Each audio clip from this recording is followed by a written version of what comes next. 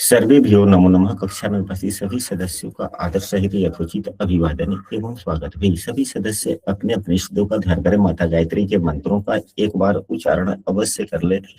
साथ ही अपने प्रेरणा के स्रोत एवं अपने गुरुजनों को भी अंतर्मन से अभिवादन कर ले। हम लोगों के द्वारा नियमित रूप से प्रतिदिन कुंडली फलादेश पर आधारित कक्षा आयोजित की जाती है। हम लोगों के 2 महीने गणित ज्योतिष पर आधारित कुंडली निर्माण, दशा साधन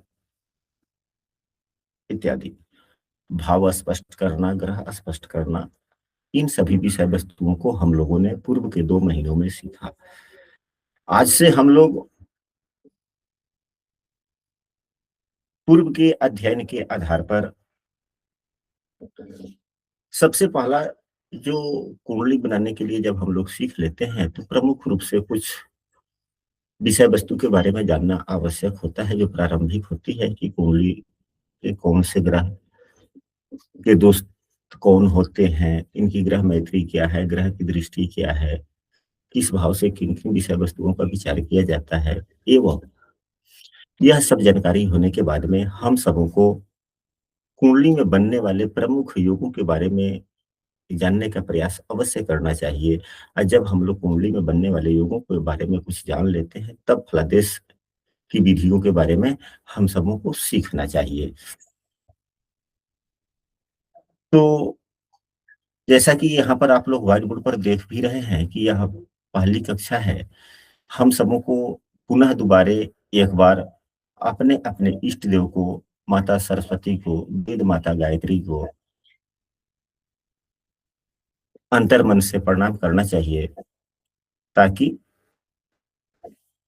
हम सबों को यह विद्या समझ में भी आए एवं इसका उपयोग हम अपने जीवन में भी करें, साथ ही दूसरे को भी मार्गदर्शन कर सकें।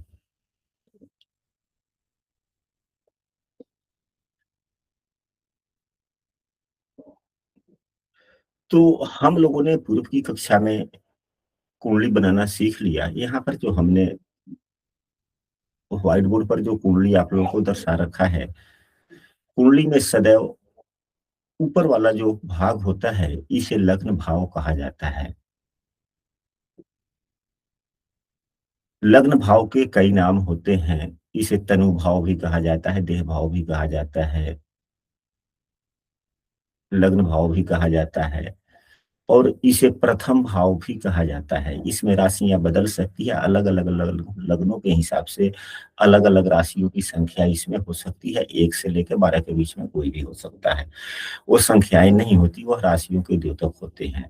कुंडली का दूसरा भाव यह होता है, तीसरा भाव यह होता है, चौथा यह होता है, पांचवा भाव यह होता है, छठा यह होता है, सातवां यह होता है, आठवां यह होता है, नौवां यह होता है, 10वां भाव यह होता है, 11वां यह होता है, 12वां भाव यह होता है।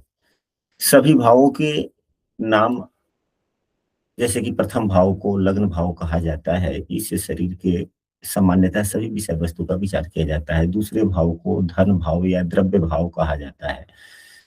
तीसरे भाव को पराक्रम भाव कहा जाता है। चौथे भाव को सुख भाव कहा जाता है।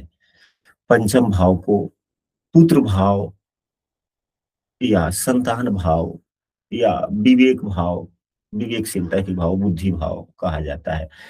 छठे भाव को शत्रु भाव कहा जाता है, रोग भाव कहा जाता है, कर्ज भाव कहा जाता है। सातवें भाव को कलत्र भाव कहा जाता है। भार्या भाव भी कह सकते हैं, पति भाव भी कह सकते हैं। महिलाओं के लिए पति भाव, पुरुषों के लिए पत्नी भाव या भार्या भाव, कलत्र भाव, दारा भाव कह सकते हैं। सातवें भाव से व्यवसाय भी देखी जाती है, सहयोगियों के बारे में भी विचार किया जाता है। आठवां भाव मृत्यु भाव के नाम से जाना जाता है।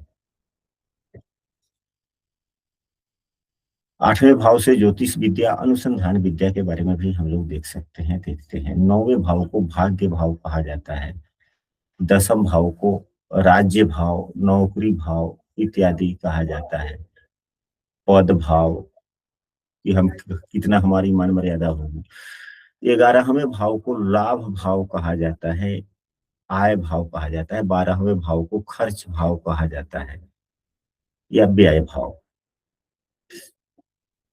इस प्रकार हम लोगों ने इस कुंडली में के सभी भावों के नाम को हम लोगों ने जाना एवं सीखा। अब इसके बाद में हम लोग चलते हैं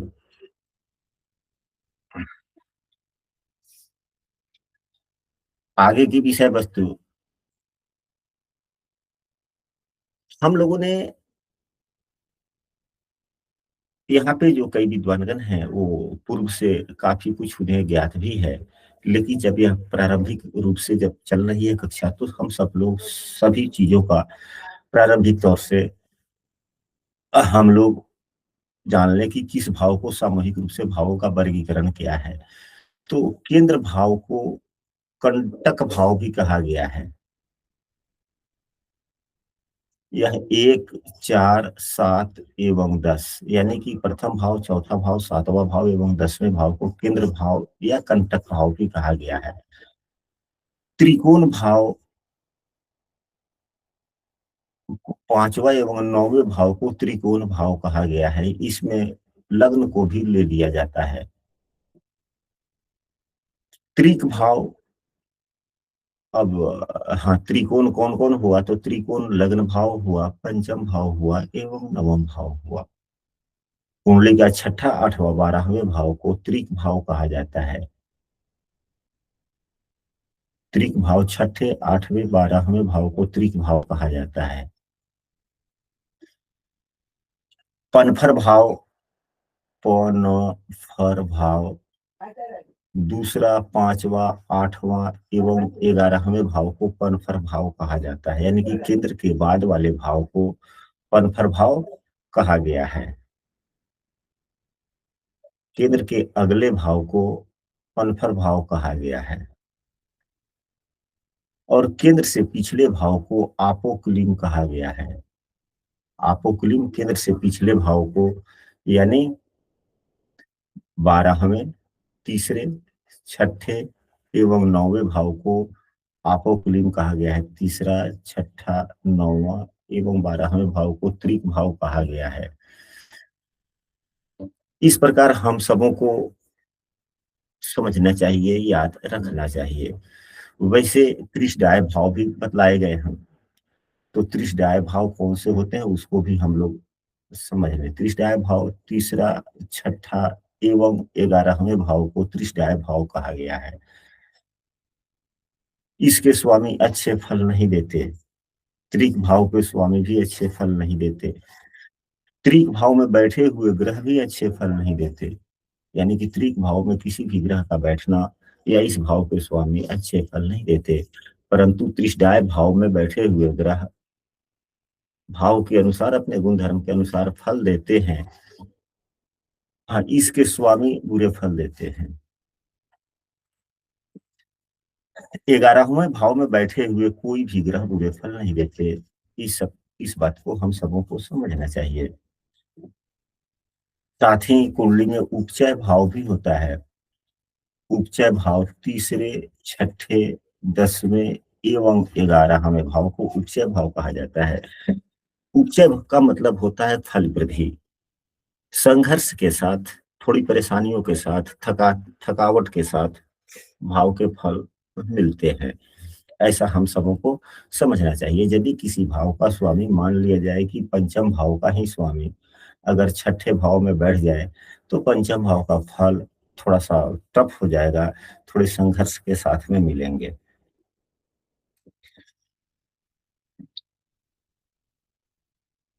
अब कहने का मतलब यह है कि यहाँ पर एक बात आ गई कि जिस भाव का स्वामी उच्च भाव में बैठ जाते हैं उस भाव के फलों में थोड़ा सा विलंब होता है, संघर्ष करना पड़ता है। तो अब आप कहेंगे कि पंचम भाव के स्वामी जिसके छठे भाव में है तो सामान्यतः उसको संतान में समस्या हो सकती है। संतान समय से भी हो सकता है। विवेकशीलता ठीक ठाक हो सकती है या विवेकशीलता के लिए संघर्ष करना पड़ सकता है। आकस्मिक धन लाभ भी देखे जाते हैं। अनायास आकस्मिक धन लाभ भी हो सकता है। समस्याएँ भी आ सकती हैं। तो संबंधित जो प्रश्न हो उससे संबंधित कारक ग्रह को भी हम सबों को देखना चाहिए कि क्या कारक ग्रह अच्छे हैं, बुरे हैं या पीड़ित हो रहे हैं, इन सबों का भी हम सबों को विचार कर लेना चाहिए। यदि सूर्यदेव यहाँ पे हैं और देवगुरु बृहस्पति भी कुंडली में कहीं हो, अब यहीं पे चौथे भाव में देवगुरु बृहस्पति हो जाएँगे, तो क्या होगा, यहाँ 4 नंबर की राशि में उच्च के हो गए। केंद्र भाव में हो गए। केंद्र भाव में बैठे हुए ग्रह अच्छे फल देते हैं, उच्च के ग्रह अच्छे फल देते हैं। देवगुरु बृहस्पति संतान के भी कारक हैं, ठीक है। अगर यहीं यहाँ पे 6, 7, 8, 9, 10 अगर यहाँ पे हो जाएँगे देवगुरु बृहस्पति, तो क्या होगा? संतान के कारक ग्रह क्या हो गए? नीच के हो गए और अपने भाव से छठे भी हो गए। तो थोड़ी क्या होगा? समस्या हो सकती है। थोड़ी देर विलंब हो सकते हैं।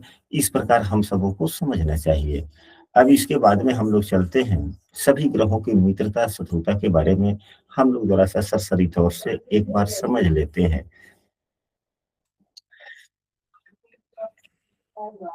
यहाँ पर मित्रता, शत्रुता समझने के लिए यहाँ पे सारणी हमने दे दिया है, इससे भी हम लोग समझ सकते हैं।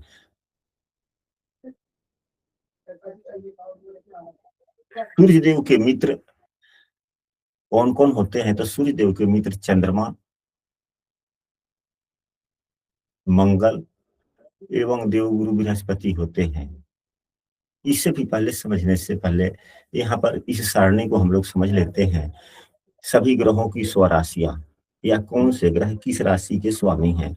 तो सूर्यदेव 5 नंबर की राशि लिखी गई है, यानी कि सिंह राशि के स्वामी सूर्यदेव होते हैं। कर्क राशि के स्वामी चंद्रमा होते हैं। मेष एवं वृश्चिक यानी कि 1 और 8 नंबर राशि के स्वामी मंगल देव होते हैं। 3 और 6 नंबर राशि के स्वामी यानी कि कन्या मिथुन एवं कन्या राशि के स्वामी बुधदेव होते हैं। देवगुरु बृहस्पति 9 एवं 12 यानी कि धनु एवं मीन राशि के स्वामी देवगुरु बृहस्पति होते हैं। शुक्रदेव 2 एवं 7 यानी कि वृषभ एवं तुला राशि के स्वामी होते हैं। शनिदेव मकर एवं कुंभ राशि के स्वामी होते हैं। अब इसको हम लोग क्यों याद रखें? यदि किसी भाव में अगर यहाँ पर 10 नंबर की राशि लिखी गई है, तो इस भाव के स्वामी क्या कौन हो जाएंगे? इस भाव के स्वामी शनि देव हो जाएंगे। यानी कि यह 7वां भाव है, तो सप्तमेश कौन हो गए? शनि देव हो गए। अब यहीं पे 5 नंबर की राशि अगर लिखी गई है, तो यहाँ पर पंचम भाव है। पंचम भाव में 5 नंबर की राशि है, तो पंचमेश कौन हो गए? सूर्य देव हो गए। अगर यहीं पे 4 नंबर की राशि लिखी गई हो, तो पंचम भाव में 4 नंबर राशि का मतलब ये हुआ कर्क राशि। तो पंचमेश कौन हुए? चंद्रमा हुए। अगर लग्न में ही 7 नंबर की राशि है, तो लग्नेश कौन हो गए? लग्नेश शुक्रदेव हो गए। हम सबों को जिस भाव में जो राशि बनी हुई होती है, उस राशि के स्वामी को उस भाव का स्वामी कहा जाता है। यदि 10th भाव में 1 नंबर की राशि हो, तो यहाँ पर 1 का मतलब क्या हुआ? 1 नंबर राशि के स्वामी मंगल देव होते हैं, तो दशमेश मंगल देव होंगे। आशा करते हैं कि अभी तक जितनी बातों की चर्चा हम लोगों ने किया, आप सबों को स्पष्ट रूप से समझ में आया होगा। या यदि किसी को समस्या हो, तो अभी तक की चर्चा के आधार पर जितनी चर्चा हुई है, उस पर आप लोग अपनी बात को रख सकते हैं या बात आगे बढ़े। जी बिल्कुल। हम लोगों ने ग्रहों के स्वराशि के बारे में जाना, ग्रहों के ऊंच नीच को भी हम सबों को समझ लेना चाहिए। फिर उसके बाद में ग्रहों की मित्रता शत्रुता पर हम लोग विचार करेंगे। तो सभी ग्रह के उच्च राशियां यहाँ पर दी गई है, जैसा कि आप लोग देख रहे हैं। सूर्य की उच्च राशि मेष होता है, चंद्रमा का वृषभ, मंगल का मकर, बुध की कन्या, देवगुरु बृहस्पति का कर्क, शुक्र देव का मीन, शनि देव का तुला। यहाँ राहु के भी उच्च राशि लिख दिया गया है।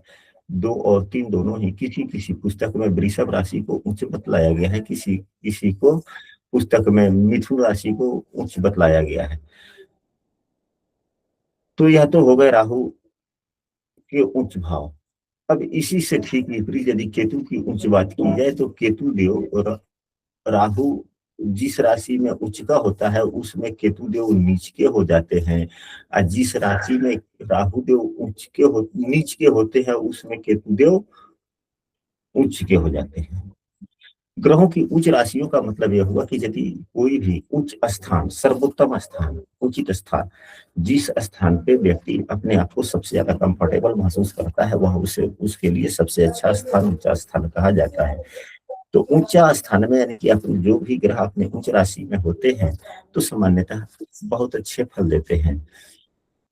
ठीक उससे सातवीं राशि माने कि एक नंबर की राशि अगर यहाँ पर है, तो अगर यहीं पे सूर्यदेव हैं तो उच्च के हो जाते हैं, यानी कि अच्छे फल प्रदाता हो जाते हैं। अभी 14 तारीख को, यानी कि 13 तारीख की रात्रि में ही 14 तारीख के आसपास में, हालांकि 14 तारीख के आसपास में हम इसे सूर्य की संक्रांति होती है, सूर्य का राशि परिवर्तन होता है। कभी कभी 1-2 दिन आगे पीछे हो सकता है, क्योंकि कोई महीना 30 दिन का होता है, कोई 31 दिन का होता है, चंद्रमास भी जो होता है कोई बड़ा हो जाता है, कोई छोटा हो जाता है, इस वजह से फिर ग्रहों की अपनी गतियां भी है। लेकिन सामान्यतः ओवरऑल 14-15 तारीख के प्रत्येक महीने में सूर्य का राशि परिवर्तन होता है। तो अभी सूर्यदेव मीन राशि में है और सूर्यदेव का राशि परिवर्तन होगा, सूर्यदेव अपने उच्च राशि में आ जाएंगे। तो यह बहुत ही उत्तम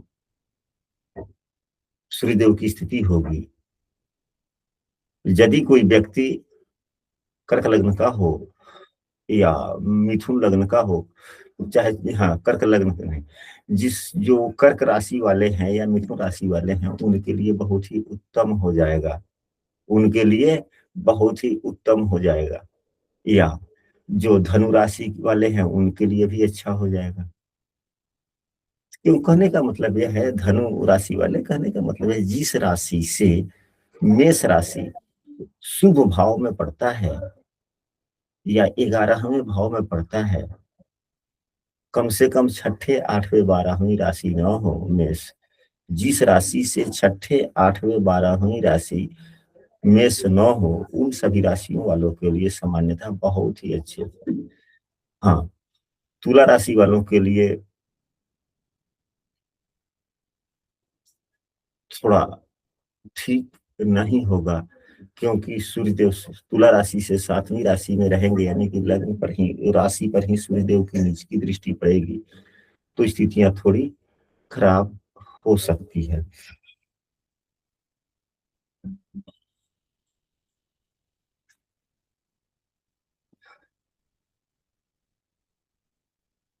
मकर लग्न वालों के, मकर राशि वालों के लिए भी, मकर राशि जिसकी होगी उसके सूर्यदेव कहाँ जाएंगे, उनके सूर्यदेव चौथे भाव में आ जाएंगे, तो यहाँ पर 7 नंबर की राशि हो जाएगी, यानी कि सूर्यदेव के गोचर में 10म भाव पर नीच की दृष्टि पड़ेगी, तो अच्छी बात नहीं होगी, सामान्यतः कुछ ना कुछ समस्याएं आ सकती है।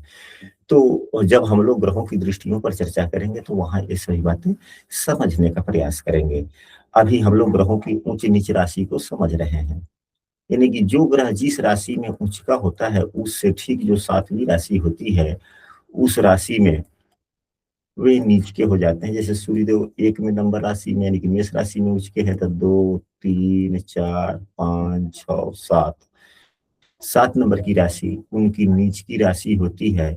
नीच राशि में ग्रह या नीच राशि पर ग्रह की जब नीच की दृष्टि पड़ती है तो सामान्यतः उस भाव के लिए अच्छे फल देखने को नहीं मिलते। सूर्यदेव 12 महीनों में पूरी राशि में बदलते हैं, कि एक महीने एक राशि में रहते हैं। सामान्यतः सभी व्यक्ति अपने जीवन का अवलोकन करें तो देखेंगे कि साल में एक महीना ऐसा आता है, कोई ना कोई महीना, कि उस महीने में थोड़ा मान मर्यादा से संबंधित समस्याएं आ ही जाती है। यह अनुभूत बातें हैं। तो यह क्या है, यह ग्रहों के ऊंच नीच का प्रभाव है, सूर्यदेव के ऊंच नीच का प्रभाव है। तो सूर्यदेव की जो 7 नंबर राशि हो गई नीच की राशि हो गया, ठीक, चंद्रमा की 8 नंबर की राशि नीच की हो गई, मंगल का 4 नंबर की राशि नीच का हो गया, देव बुध देव का 12 नंबर की राशि नीच की राशि हो गई, गुरुदेव की मकर राशि यानी कि 10 नंबर की राशि नीच का हो गया, शुक्रदेव की 6 नंबर की राशि नीच की हो जाती है, शनिदेव की 1 नंबर की राशि नीच की हो जाती है। आप सभी को यह पूर्व से भी ज्ञात है, एवं यदि ज्ञात नहीं है तो प्रतिदिन इसी चार्ट के सहारे हम लोग अध्ययन करने का प्रयास करेंगे, धीरे धीरे हम सबों को याद में होता चला जाएगा। तो हम लोगों ने स्वराशि को भी समझा, उच्च राशि को भी समझा, नीच राशि को भी समझ लिया। अब यह मूल त्रिकोण राशि। मूल त्रिकोण राशि का मतलब यह हुआ कि उसमें भी सामान्यतः ग्रहगण अच्छे फल देते हैं, उसमें भी सामान्यतः ग्रहगण अच्छे फल देते हैं, लेकिन उच्च राशि से थोड़े कम देते हैं। तो सूर्यदेव की अपनी स्वराशि ही इनकी मूल त्रिकोण राशि है। चंद्रमा का 2 नंबर यानी कि वृषभ राशि, जो चंद्रमा जिस राशि में उच्च का होता है उसी राशि में उसका मूल त्रिकोण भी है। मंगल की 1 नंबर की राशि। अब मंगल की 2 राशियां होती है, 1 और 8। तो जिस ग्रहों की 2 राशियां हैं,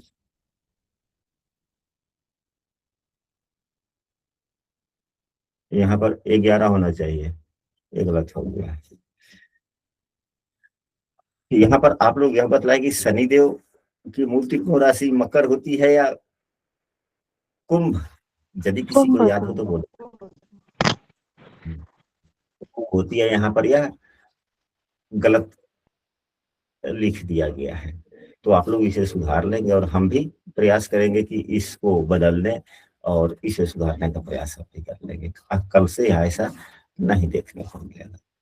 तो ये हो गया। तो जिसकी 2 राशियां होती है जिस ग्रह की, यानी कि एक व्यक्ति के पास में 2 घर है तो किसी न किसी एक घर से ज्यादा प्रेम होता है और एक घर से थोड़ा कम।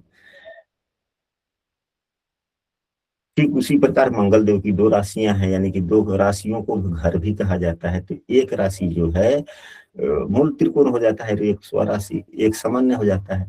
तो वही मंगल देव की 1 नंबर की जो राशि है वह मूल त्रिकोण राशि है। बुध देव का कन्या राशि मूल त्रिकोण राशि है। देव गुरु बृहस्पति के 9 एवं 12 2 नंबर 2 राशि है, उसमें धनु राशि मूल त्रिकोण हो गई। शुक्र देव की तुला, शनिदेव के कुंभ राशि मूल त्रिकोण हो गई। हम लोगों ने ग्रहों की स्वराशि, उच्च राशि, नीच राशि, मूल त्रिकोण राशि इत्यादि का हम सबों ने अध्ययन किया एवं समझने का प्रयास किया, पुनरावृत्ति भी की। अब इसके बाद में ग्रहों की मित्रता शत्रुता पर हम लोग चर्चा करते हैं कि ग्रहों की मित्रता शत्रुता को हम लोग कैसे देखें। यह जो कक्षा है, आज पहली कक्षा है, यह पूरी कक्षा में हम लोग कुंडली में बनने वाले योग, जो साधारण है, जो प्रारंभिक कुंडली फलादेश के नियम होते हैं कि पहले कुंडली बनाना आना चाहिए, तो हम लोगों ने कुंडली बनाना सीखा। दशा साधन करना आना चाहिए, दशा साधन हम लोगों ने सीखा। भाव स्पष्ट करना हम लोगों ने सीखा, ग्रह स्पष्ट करना सीखा। उसके बाद में अब हम लोग कुंडली फलादेश सीखने की तरफ बढ़ेंगे आगे। तो कुंडली फलादेश सीखने से पहले कुंडली में बनने वाले सामान्यतः सभी अच्छे बुरे योगों के बारे में हम सबों को जानकारियां होनी चाहिए। यह कक्षा उस विषय वस्तु पर आधारित हो रही है। तो प्रारंभिक स्तर से हम सबों को सभी विषय वस्तु सीखना चाहिए एवं जानने का प्रयास करना चाहिए। यदि कोई कक्षा में नया है और प्रतिदिन की कक्षा में शामिल होना चाहते हैं, फलादेश की कक्षा में, तो दिए गए नंबर पर व्हाट्सएप कर कक्षा में कंटिन्यू हो सकते हैं, या इस वीडियो के डिस्क्रिप्शन में हमने अपने व्हाट्सएप समूह का लिंक भी दे दिया, वहां से भी आप शामिल हो सकते हैं। हाँ रीता जी बोलिए, आपका क्या कुछ? गुरु जी, कन्या लग्न में शनि 2 घर का 5वें और 6ठे का स्वामी है, तो किस भाव का फल देगा, 5वें या 6ठवें? हाँ जी ठीक है। अब यहाँ पर देखा जाए, जब किसी भी ग्रह की 2 राशियां होती है तो वह किस राशि का ज्यादा फल देंगे। आपका प्रश्न है कि 5वें एवं 6ठे दोनों भाव के स्वामी है, यानी कि वह यहाँ पर 10 नंबर, 5वें भाव में 10 नंबर की राशि होगी, यहाँ पर 11 नंबर की राशि होगी। तो यह फल ज्यादा देंगे 6ठे भाव का।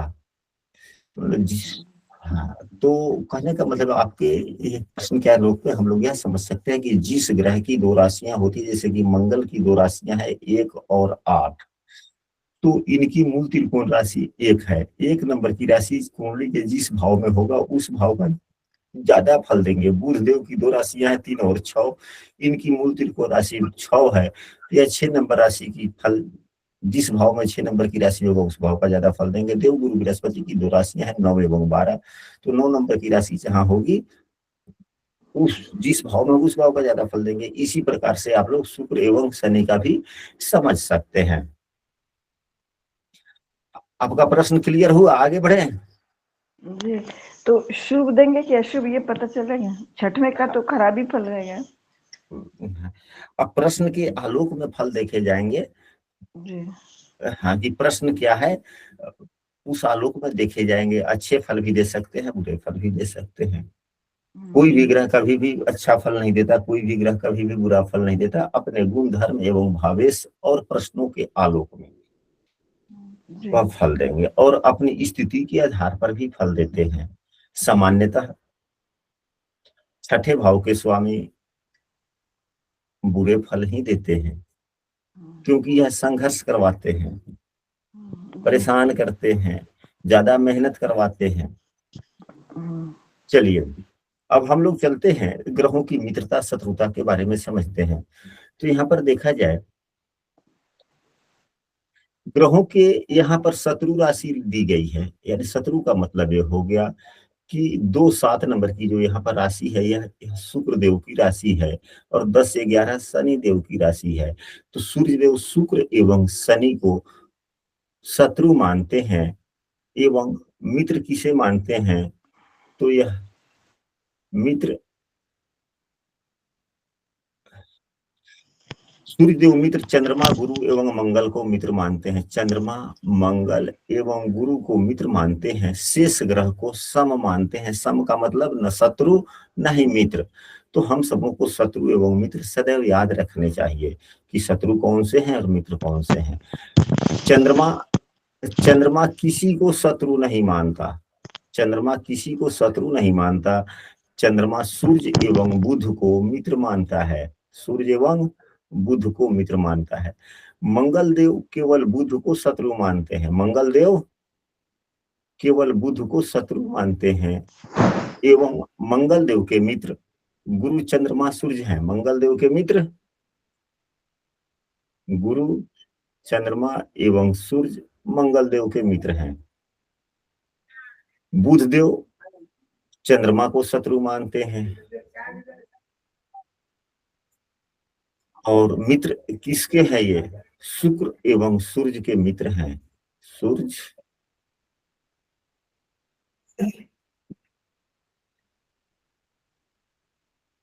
सूर्य एवं शुक्र को मित्र मानते हैं, शेष सभी ग्रहों को सम मानते हैं, न मित्र न शत्रु।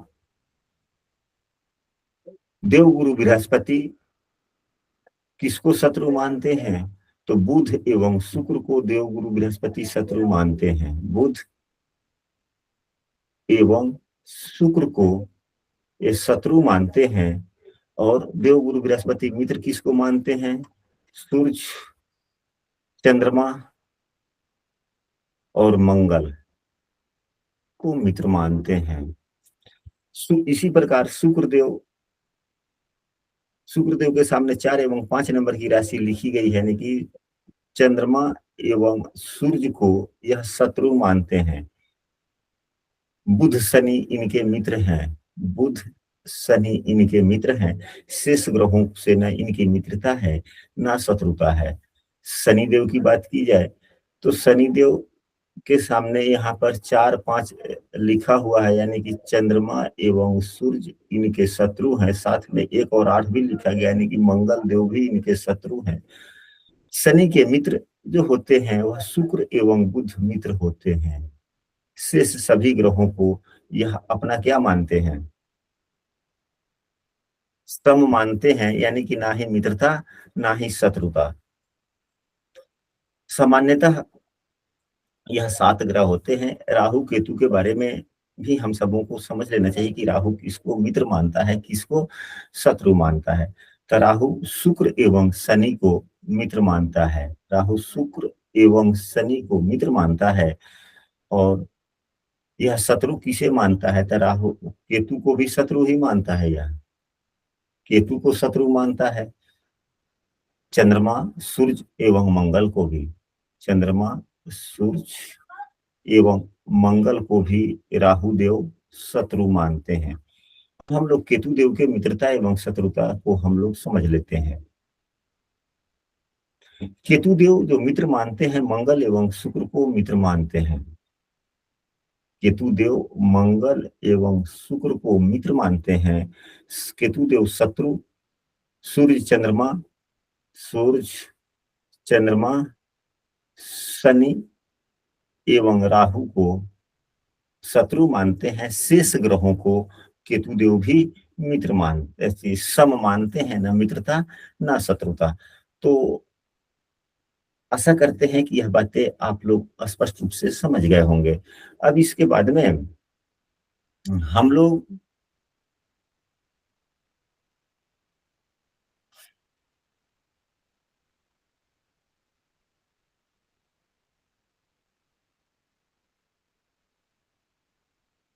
यहाँ तक की बातें स्पष्ट हो गई।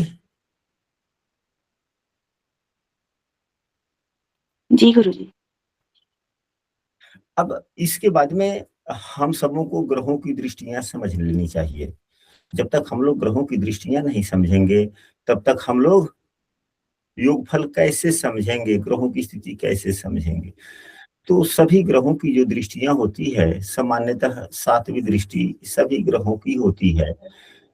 सभी ग्रहों की सातवीं दृष्टियां होती है। और कोई भी ग्रह कहीं भी बैठा हो, मान लिया जाए कि शुक्रदेव कहीं बैठे हुए हो, यहीं पे शुक्रदेव बैठे हुए हैं, तो सातवीं दृष्टि, सातवीं का मतलब होता है ठीक सामने, या गिन भी सकते हैं।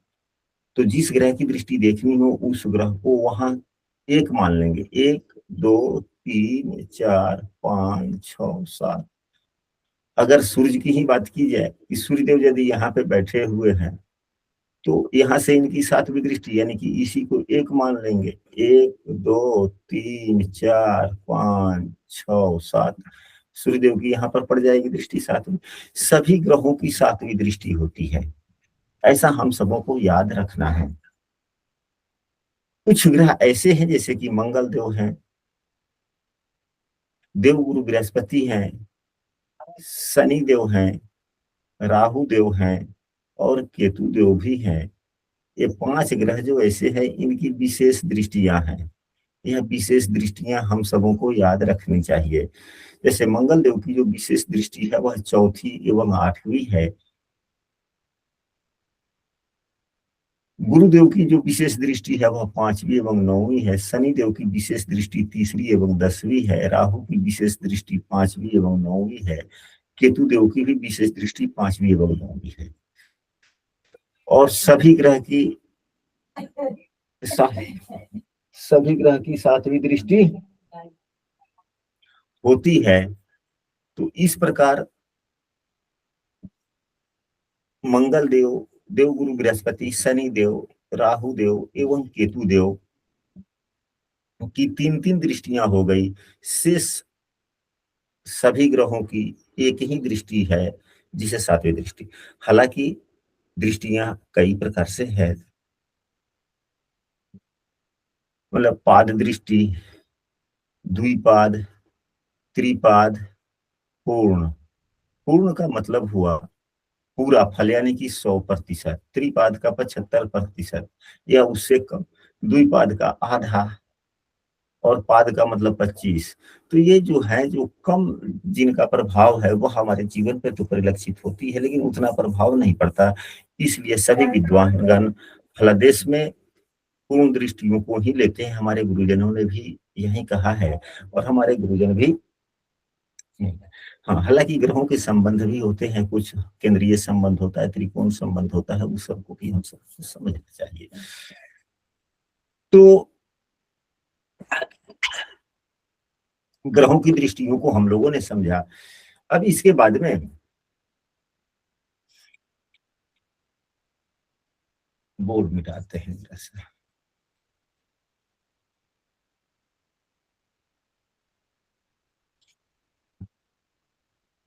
अब हम लोग एक कुंडली बनाते हैं। मान लिया जाए कि कोई भी लग्न हो, अगर वृषभ लग्न ही बनाते हैं, 2, 3,